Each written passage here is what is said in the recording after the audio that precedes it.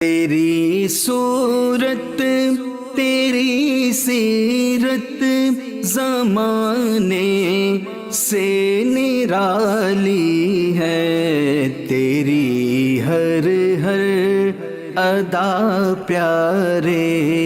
دلیل بے مثالی ہے۔ الحمدللہ رب العالمین والصلاة والسلام علی خاتم النبیین،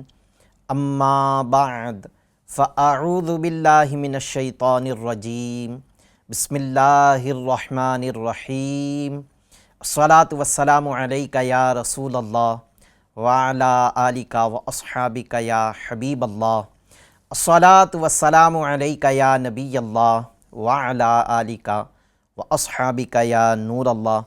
ایف جی این چینل کے ناظرین، سلسلہ ہے سیرت کے حسین پہلو۔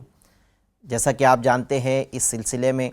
ہم نبی پاک صلی اللہ تعالیٰ علیہ وسلم کی زندگی کے حالات آپ کے سامنے بیان کرتے ہیں، نبی پاک صلی اللہ تعالیٰ علیہ وسلم کی زندگی کے واقعات آپ کے سامنے بیان کرتے ہیں، اور بیان کرتے ہوئے ہم اب تک اس واقعے تک پہنچ چکے ہیں جہاں اللہ پاک نے اپنے محبوب صلی اللہ علیہ وسلم کو ہجرت کا حکم فرمایا۔ ہجرت شروع بھی ہوئی، اور ہجرت کرتے ہوئے نبی پاک صلی اللہ علیہ وسلم غار ثور میں تشریف لے گئے۔ آئیے گزشتہ سلسلے کی کچھ باتیں آپ کو عرض کروں تاکہ آج کے واقعات سے آپ کنیکٹ ہو سکیں۔ ہم نے گزشتہ سلسلے میں یہ بات سنی تھی کہ جب اللہ پاک نے اپنے محبوب صلی اللہ علیہ وسلم کو ہجرت کا حکم فرمایا تو آپ صلی اللہ علیہ وسلم نے جس رات ہجرت کرنا تھا، حضرت مولا علی رضی اللہ تعالیٰ عنہ کو اپنے بستر پر سونے کا حکم فرمایا، اور یہ فرمایا کہ صبح یہ امانتیں مکہ والوں کی ہیں، انہیں دے کر تم مدینے آ کر مجھ سے ملاقات کرنا، جبکہ یہ جانتے تھے کہ مشرکین نبی پاک علیہ السلام کے جان کے در پہ ہیں، لیکن چونکہ فرمان نبی ہیں صلی اللہ علیہ وسلم کہ صبح یہ امانتیں مکہ والوں کو لوٹا کر تم مدینے آ کر مجھ سے ملنا، تو آپ کو یہ یقین تھا کہ مجھے قضا نہیں آ سکتی، یعنی مجھے موت نہیں آ سکتی، کیونکہ اللہ کے پیارے حبیب نے حکم فرمایا ہے۔ خیر، مولا علی رضی اللہ تعالیٰ عنہ تو بستر مصطفیٰ صلی اللہ علیہ وسلم پر آرام کرنے لگے، اور یہاں اللہ پاک کے حکم سے پیارے آقا صلی اللہ علیہ وسلم نے اپنے ہاتھ میں خاک لی، اور صاحب مدارج النبوہ رحمۃ اللہ تعالیٰ علیہ کے قول کے مطابق پیارے آقا صلی اللہ علیہ وسلم نے سورہ یاسین شریف کی ابتدا سے، یعنی یاسین والقرآن الحکیم سے لے کر فہم لا یبصرون تک آیتیں پڑھی، اس پر دم کیا، اور محاصرہ کرنے والے مشرکین کے سر پر خاک ڈالتے ہوئے ان کے درمیان سے آپ گزر گئے۔ کسی نے جو وہاں پر موجود محاصرے میں تو نہیں تھا لیکن دور تھا، اور یہ بھی بغض مصطفیٰ رکھتا تھا، تو یہ آ کر اس نے خبر دی کہ تم یہاں کیا کر رہے ہو؟ محمد عربی تو ابھی تمہارے سامنے سے تمہارے سر پر کچھ ڈالتے ہوئے گزر گئے۔ جب مشرکین نے اپنے سروں کو جھاڑا تو اس میں سے انہیں خاک ملی۔ پھر جب یہ مکان عالی شان میں گئے تو بستر پر مولا علی رضی اللہ تعالیٰ عنہ کو سویا پایا۔ کچھ سخت انداز میں پوچھا کہ تم یہاں کیا کر رہے ہو، اور محمد صلی اللہ علیہ وسلم کہاں ہیں؟ تو مولا علی رضی اللہ تعالیٰ عنہ نے فرمایا کہ میں نہیں جانتا کہ وہ کہاں ہیں۔ اس پر جو سیرت مصطفیٰ بیان کرتے یہ کہتے ہیں کہ اتنے غصے میں تھے مشرکین، اس کے باوجود مولا علی رضی اللہ تعالیٰ عنہ کو کوئی نقصان پہنچائے اس کی ان کو ہمت نہ تھی۔ وجہ کہ ابو طالب جو حضرت مولا علی رضی اللہ تعالیٰ عنہ کے والد ہیں، وہ ان کے بھی بزرگ تھے، ان کے مکرم تھے، ان کے بزرگوں میں سے تھے، اس لیے ان کے ادب کی وجہ سے انہوں نے مولا علی رضی اللہ تعالیٰ عنہ کو کوئی نقصان نہیں پہنچایا۔ یہاں پیارے آقا صلی اللہ تعالیٰ علیہ وسلم اپنے مکان عالی شان سے نکل کر ایک مقام ہے جس مقام کا نام ہے حضورہ، اس مقام پر آپ صلی اللہ تعالیٰ علیہ وسلم تشریف لائے، اور حضرت ابو بکر صدیق رضی اللہ تعالیٰ عنہ سے بھی یہ طے تھا کہ اس مقام پر ملاقات کریں گے۔ پیارے آقا صلی اللہ علیہ وسلم اس مقام پر تشریف لا کر آپ نے اپنے شہر مکہ کو دیکھا، خانہ کعبہ کو دیکھا، اور فرمایا اے مکہ تو مجھ کو دنیا میں سب سے زیادہ پیارا ہے، اگر میری قوم مجھ کو تجھ سے نہ نکالتی تو میں تیرے سوا کہیں بھی سکونت اختیار نہیں کرتا۔ یہ فرما کر آپ صلی اللہ علیہ وسلم اور حضرت ابوبکر صدیق رضی اللہ تعالیٰ عنہ وہاں سے روانہ ہوئے۔ کچھ دور جانے کے بعد حضرت ابوبکر صدیق رضی اللہ تعالیٰ عنہ نے پیارے آقا صلی اللہ علیہ وسلم کو اپنے کندھوں پر اٹھا لیا، اس لیے کہ کہیں نشانات سے پتہ نہ لگا لے کہ ہم کس راستے سے کہاں گئے ہیں۔ اس لیے بھی اور ایک وجہ علماء یہ بھی بیان کرتے ہیں کہ نبی پاک صلی اللہ علیہ وسلم کے قدم نازنین یہ زخمی ہو چکے تھے، اس لیے آپ نے یعنی حضرت ابوبکر صدیق رضی اللہ تعالیٰ عنہ نے پیارے آقا صلی اللہ علیہ وسلم کو اپنے کندھوں پر اٹھا لیا۔ سفر کرتے ہوئے جھاڑیوں سے پتھروں سے گزرتے ہوئے آپ غار ثور پہنچے۔ حضرت ابوبکر صدیق رضی اللہ تعالیٰ عنہ پہلے غار ثور میں گئے، آپ نے صفائی کی اور آپ نے دیکھا کہ جگہ جگہ غار میں سوراخ ہے۔ آپ رضی اللہ تعالیٰ عنہ نے ایک روایت کے مطابق اپنی چادر کو پھاڑ پھاڑ کر اور ایک روایت کے مطابق اپنے لباس اپنے کپڑوں کو پھاڑ کر ان سارے سوراخوں کو بند کیا۔ ایک سوراخ بند کرنے سے رہ گیا، جو چیز بند کرنے کی تھی وہ بھی ختم ہو گئی تھی، تو آپ نے اپنی ایڑی اس سوراخ پہ رکھ کر اس سوراخ کو بند کیا اور نبی پاک صلی اللہ علیہ وسلم کو اندر تشریف لانے کی عرضی پیش کی۔ پیارے آقا صلی اللہ علیہ وسلم اندر تشریف لا کر ابوبکر صدیق رضی اللہ تعالیٰ عنہ کے گود میں سر رکھ کر آرام فرمانے لگے۔ ایک سانپ جو کئی سالوں سے نبی پاک صلی اللہ علیہ وسلم کی زیارت کا منتظر تھا، یہ جگہ جگہ جاتا، ہر جگہ سے راستہ بند پاتا، جب اس جگہ آیا جس جگہ حضرت ابوبکر صدیق رضی اللہ تعالیٰ عنہ کی ایڑی مبارک تھی، تو اسے وہ چیز کچھ نرم محسوس ہوئی کہ انسان کا گوشت کچھ نرم ہوتا ہے، تو اس نے آپ رضی اللہ تعالیٰ عنہ کو کاٹنا شروع کیا۔ پیارے آقا صلی اللہ علیہ وسلم کے آرام میں خلل نہ ہو اس لیے آپ اس کاٹنے کو تو برداشت کرتے رہیں، لیکن درد اتنا بڑا کہ بے ساختہ آنسو جاری ہو گئے اور آنسو کے قطرے پیارے آقا صلی اللہ علیہ وسلم کے رخسار مبارک پر گرے۔ اسے نبی پاک صلی اللہ علیہ وسلم بیدار ہوئے اور فرمایا، اے ابوبکر کیوں روتے ہو؟ تو حضرت ابوبکر نے عرض کیا، یا رسول اللہ شاید سانپ نے کاٹا ہے۔ پیارے آقا صلی اللہ علیہ وسلم نے اپنا لعاب دہن لگایا اور فرمایا، یا ابا بکر لا تحزن ان اللہ معنا، یعنی اے ابو بکر غم نہ کرو، بے شک اللہ ہمارے ساتھ ہے۔ اس کہنے کے بعد اللہ پاک نے حضرت ابو بکر صدیق پر سکون نازل فرمایا، اور راوی کہتے ہیں، سیرت مصطفیٰ بیان کرنے والے کہتے ہیں کہ اس کے بعد اس غار کے جو وہ جانور جو نقصان پہنچاتے تھے انہوں نے بھی پھر کوئی نقصان نہیں پہنچایا۔ اس سفر میں عامر بن فہیرہ یہ حضرت ابوبکر صدیق کے آزاد کردہ غلام تھے، یہ بھی سفر میں ساتھ تھے، اور آپ کے شہزادے حضرت عبداللہ بن ابو بکر یہ بھی آپ کے ساتھ تھے، لیکن ان دونوں کی ڈیوٹی یہ تھی کہ حضرت عبداللہ بن ابو بکر رضی اللہ تعالیٰ عنہ جب صبح ہوتی تو یہ مکہ چلے جاتے، مکی کی گلیوں میں گھومتے اور مشرکین کیا تدبیریں کر رہے ہیں وہ سن کر شام کو غار پر آتے، پیارے آقا صلی اللہ علیہ وسلم کی خدمت میں ساری باتیں بتاتے اور پھر رات غار کے منہ پر سو جاتے۔ پھر صبح ہوتی تو یہ پھر مکہ شہر میں واپس چلے جاتے۔ عامر بن فہیرہ اس غار کے اطراف کے چراگاہوں میں یہ بکریاں چراتے، اور رات میں بکریوں کے ریوڑ کو لے کر یہ غار ثور کے پاس پہنچ جاتے اور ان بکریوں کا دودھ دوہ کر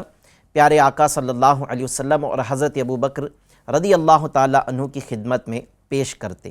اب یہ تو ہوا پیارے اسلامی بھائیوں، FGN چینل کے ناظرین، نبی پاک صلی اللہ تعالیٰ علیہ وسلم کے غار ثور میں تشریف لے جانے کا واقعہ۔ آج کے سلسلے میں ہم یہ بات سنیں گے کہ مشرکین کو یہ بات تو پتہ چل گئی تھی کہ جن لوگوں کو انہوں نے خبر کے لیے بھیجا تھا انہوں نے نشانات سے یہ اندازہ لگا لیا تھا کہ پیارے آقا صلی اللہ علیہ وسلم اپنے رفیق کے سفر کے ساتھ سفر کرتے ہوئے اس غار میں آئے ہیں، لیکن اللہ پاک نے اپنے محبوب کی اور یار غار کی کیسی حفاظت فرمائی، اس کا واقعہ انشاءاللہ سنیں گے۔ اس سے پہلے آئیے کہ اپنے ٹاپک پر آج آپ کے سامنے کلام کریں، اس سے پہلے درود پاک کی ایک فضیلت سنتے ہیں۔ نبی پاک صاحب لولاک صلی اللہ علیہ وسلم نے فرمایا مجھ پر درود پاک پڑھو، اللہ پاک تم پر رحمت بھیجے گا۔ صلو علی الحبیب صلی اللہ تعالی علی محمد صلی اللہ تعالی علیہ وسلم۔ FGN چینل کے ناظرین، نبی پاک صلی اللہ تعالی علیہ وسلم جب مکے سے نکل کر غار ثور کی طرف روانہ ہو گئے، بلکہ غار ثور پہنچ گئے، تو یہاں شہر کے اندر مشرکین نے یہ اعلان کر دیا تھا کہ جو محمد عربی صلی اللہ علیہ وسلم کا پتہ دے گا اسے 100 اونٹ کا انعام دیا جائے گا۔ تو لوگوں نے اس 100 اونٹ کا انعام پانے کے لیے مکہ اور اس کے اطراف میں یوں سمجھ لیجئے کہ چپا چپا چھاننا شروع کر دیا کہ کہیں سے ان کی خبر مل جائے۔ پیارے آقا صلی اللہ تعالیٰ علیہ وسلم غار ثور میں تشریف لا چکے تھے اور مشرکین کو بھی یہ خبر مل چکی تھی کہ راستہ چلتے ہوئے جو نشانات ہیں وہ یہ بتاتے ہیں کہ ان کا سفر ابھی جو ہے وہ غار ثور تک ہوا ہے۔ اس پر شیخ عبدالحق محدث دہلوی رحمۃ اللہ تعالیٰ علیہ لکھتے ہیں کہ یہ مشرکین بھی پیچھا کرتے ہوئے غار ثور تک پہنچ گئے، اور چونکہ نبی پاک صلی اللہ تعالیٰ علیہ وسلم غار ثور میں تھے اور حضرت ابو بکر بھی غار ثور میں تھے، یہاں تک کہ راوی لکھتے ہیں کہ مشرکین اپنے قدموں کی طرف اگر نظر کر لیتے تو پیارے آقا صلی اللہ علیہ وسلم اور حضرت ابو بکر صدیق کو پا لیتے، ڈھونڈ لیتے، لیکن کیوں ڈھونڈ نہ سکے، آج وہ واقعہ میں آپ کے سامنے بیان کرنے لگا ہوں۔ اللہ تبارک و تعالیٰ نے اپنے محبوب صلی اللہ علیہ وسلم اور ان کے یار غار و یار مزار حضرت ابو بکر صدیق رضی اللہ تعالیٰ عنہ کی حفاظت کا یہ اہتمام فرمایا کہ اللہ پاک نے غار کے منہ پر مکڑی کو جالا بننے کا حکم فرمایا، تو غار کے منہ پر مکڑی نے جالا تن دیا اور کنارے پر کبوتری نے انڈے دے رکھے۔ اللہ پاک نے کبوتری کو حکم دیا تھا کہ وہ انڈے دے، تو کبوتری نے انڈے دے رکھے تھے۔ شیخ عبدالحق محدث دہلوی رحمۃ اللہ تعالیٰ علیہ لکھتے ہیں کہ جب حضور اکرم صلی اللہ علیہ وسلم غار ثور میں داخل ہوئے تو حق تعالیٰ نے ببول کا ایک درخت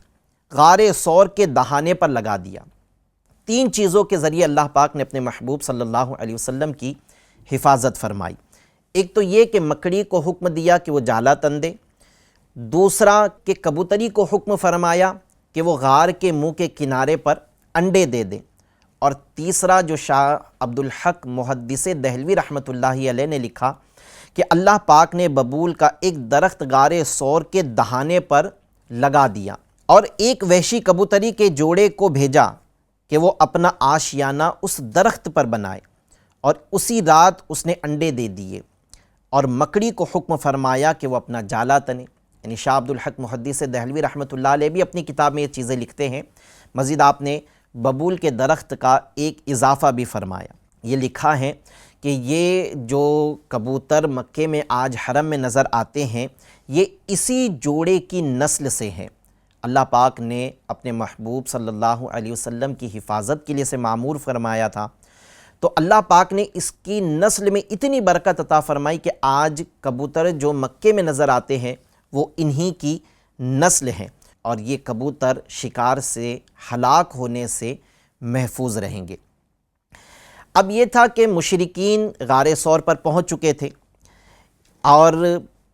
مکڑی کا جالا تنا ہوا بھی دیکھا، پھر ببول کا درخت بھی دیکھا اور انڈے بھی دیکھے۔ تو یہ منظر دیکھ کر قریش آپس میں اب کہنے لگے کہ اس غار میں کوئی انسان موجود ہی نہیں ہے، اگر موجود ہوتا تو نہ مکڑی کا جالا تنتا، یعنی مکڑی جالا نہیں بنتی، اگر بنی ہوئی ہوتی تو وہ ٹوٹ جاتا، نہ کبوتری یہاں انڈے دیتی، اگر انڈے دیتی تو ان کے اندر جانے، کیونکہ غار کا منہ اتنا چھوٹا ہے کہ کوئی اس میں اگر داخل ہونا چاہے تو انڈے ٹوٹ جاتے ہیں۔ مشرکین کی یہ آپس میں گفتگو چل رہی تھی، اور ان کی جب آہٹ، ان کی گفتگو کی جب آواز حضرت ابو بکر صدیق رضی اللہ تعالیٰ عنہ نے سنی تو آپ کچھ گھبرائے اور عرض کیا، یا رسول اللہ صلی اللہ علیہ وسلم، اب ہمارے دشمن اس قدر قریب آ گئے ہیں کہ اگر وہ اپنے قدموں پر نظر ڈالیں گے تو ہمیں پا لیں گے، وہ ہمیں دیکھ لیں گے۔ حضور صلی اللہ علیہ وسلم نے وہی بات ارشاد فرمائی، لا تحزن ان اللہ معنا، مت گھبراؤ، خدا ہمارے ساتھ ہیں۔ اس کے بعد اللہ تعالیٰ نے حضرت ابو بکر صدیق رضی اللہ تعالیٰ عنہ کے قلب پر سکون نازل فرمایا، پھر آپ بالکل بے خوف ہو گئے، اس فکر سے باہر آ گئے کہ اب مشرکین ہمیں پکڑ لیں گے۔ ناظرین، کچھ باتیں مزید آپ کو اس سے متعلق عرض کرتا ہوں کہ بخاری میں ہے، حضرت سیدنا انس رضی اللہ تعالیٰ عنہ سے مروی ہیں کہ حضرت ابو بکر صدیق رضی اللہ تعالیٰ عنہ فرماتے ہیں کہ مشرکین نے ہمیں ڈھونڈ لیا تھا اور غار ثور پر آ کھڑے ہوئے تھے، اگر ان میں سے کوئی جھک کر اپنے پاؤں کی جانب دیکھتا تو وہ ہمیں دیکھ لیتا، اگر اپنے پاؤں کی جانب وہ نظر کر لیتا تو ہمیں پا لیتا۔ حضور صلی اللہ علیہ وسلم نے فرمایا، اے ابو بکر رضی اللہ تعالی عنہ، ان دو شخصوں کے بارے میں تمہارا کیا گمان ہے جن میں تیسرا خدا ہے؟ یعنی اس سے مراد نبی پاک علیہ الصلاۃ والسلام نے اپنی ذات مبارک لی اور دوسرا حضرت ابو بکر کو فرمایا، اور فرمایا کہ ہم دو ہیں اور ہمارے علاوہ تیسرا ہمارا رب ہے۔ اس کے بعد مشرکین لوٹ گئے، وہ یہ کہتے ہوئے لوٹ گئے کہ اگر محمد صلی اللہ علیہ وسلم اس غار میں داخل ہوتے تو کبوتر کا انڈا ٹوٹ جاتا اور مکڑی کا جالا درہم برہم ہو جاتا، اور یہ درخت تو اس جگہ ان کی مدت عمر سے پہلے کا ہے۔ یعنی ہم تو اس ببول کے درخت کو، جو یعنی یہ ببول کا درخت اتنا اونچا اتنا بڑا نظر آ رہا ہے کہ ایسا لگتا ہے کہ یہ تو محمد عربی صلی اللہ علیہ وسلم کی عمر سے بھی زیادہ کا ہے۔ اور بعض کتابوں میں تو یہ لکھا ہے کہ وہ یہ کہنے لگے کہ یہ ببول کا درخت اتنا بڑا ہے کہ یہ تو ان کے والد یعنی حضرت عبداللہ رضی اللہ تعالیٰ عنہ کے وقت کا محسوس ہوتا ہے۔ یعنی اللہ پاک نے وہ درخت کو اتنا بڑا، اتنا توانا، اتنا قوی پیدا فرمایا تھا کہ اسے دیکھ کر یہ لگتا تھا کہ یہ درخت جو ہے ببول کا، یہ تو نبی پاک صلی اللہ علیہ وسلم کی عمر بلکہ حضرت عبداللہ رضی اللہ تعالیٰ عنہ کی عمر سے پہلے کا ہے۔ باوجود یہ، یعنی صاحب مدارج النبوہ لکھتے ہیں کہ مشرکین اس پر یقین رکھتے تھے کہ حضور صلی اللہ علیہ وسلم اسی غار میں ہیں۔ کیوں؟ کیونکہ نشانات بھی یہ بتاتے تھے، اور جن لوگوں نے انہیں دیکھا تھا،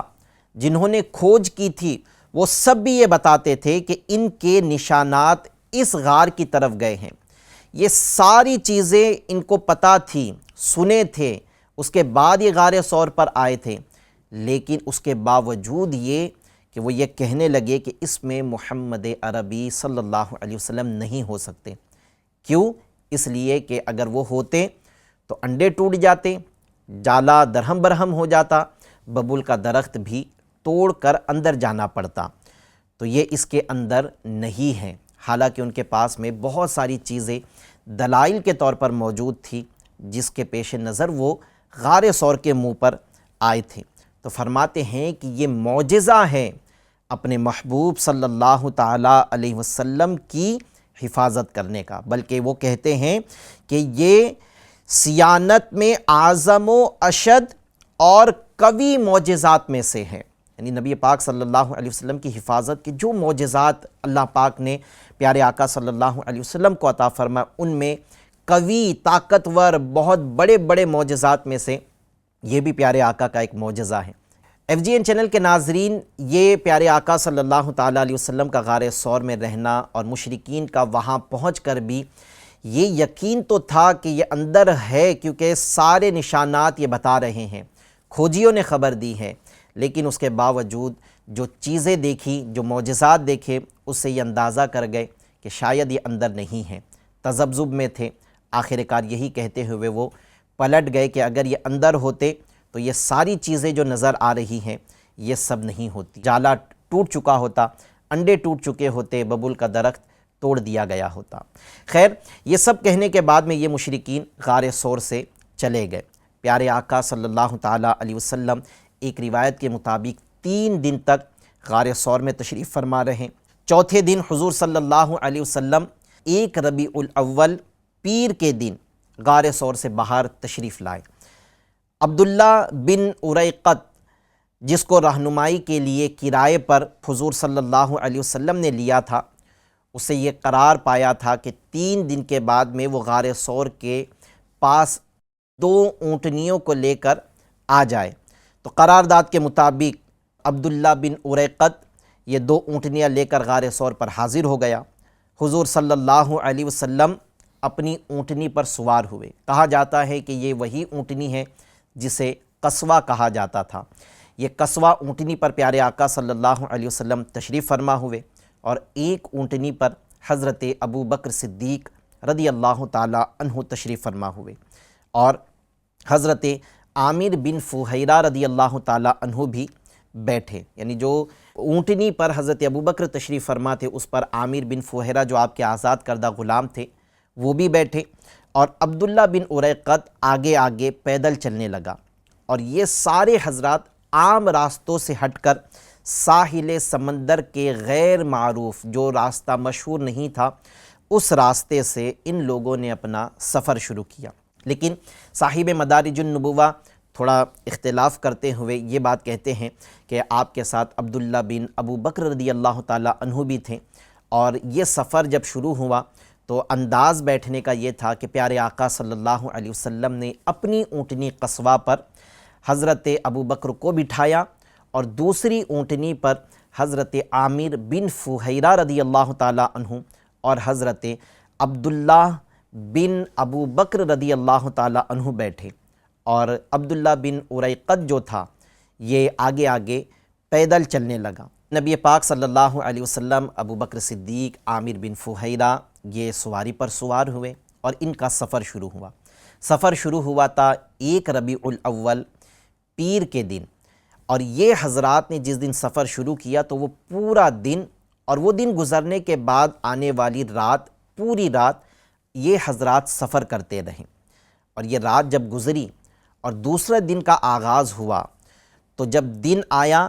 تو آفتاب کی تمازت بڑھنے لگی، یعنی آفتاب سورج کی گرمی بڑھنے لگی۔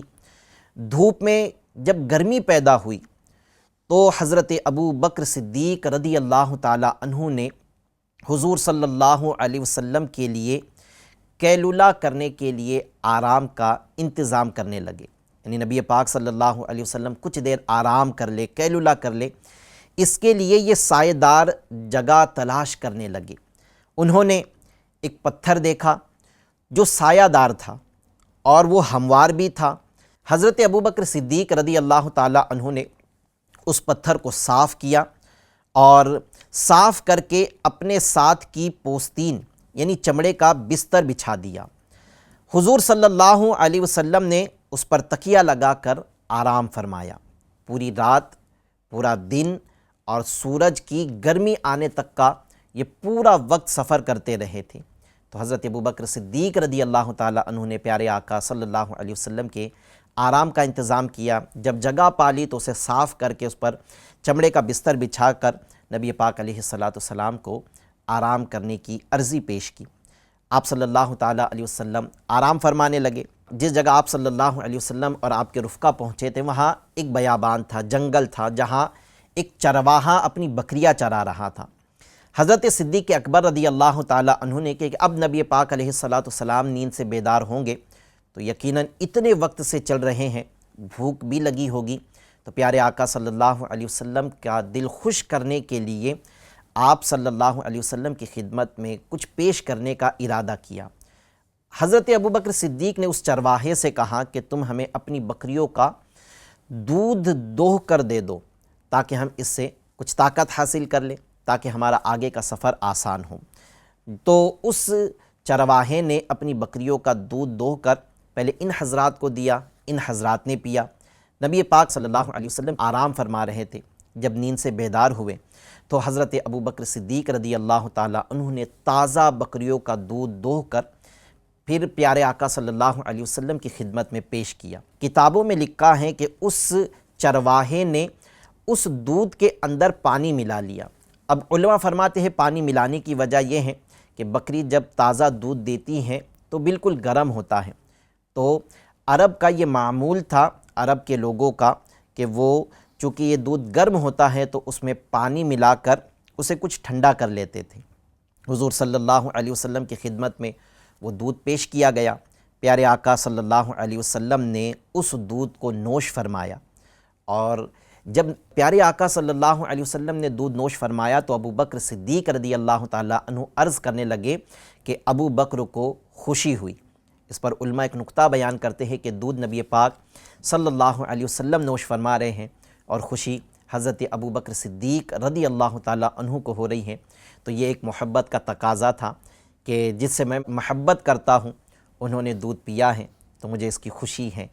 پھر ان حضرات نے آگے کا اپنا سفر شروع کیا۔ اب آگے کے سفر میں بھی کچھ واقعات رونما ہوئے۔ وہ واقعات کیا تھے انشاءاللہ عز و جل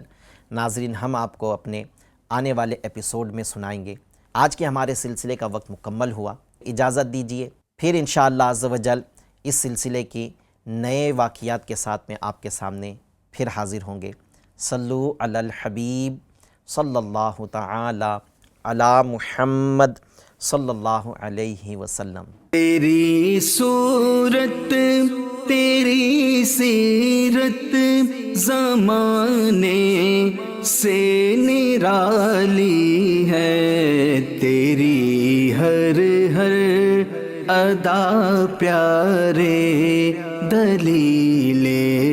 بے مثالی ہے۔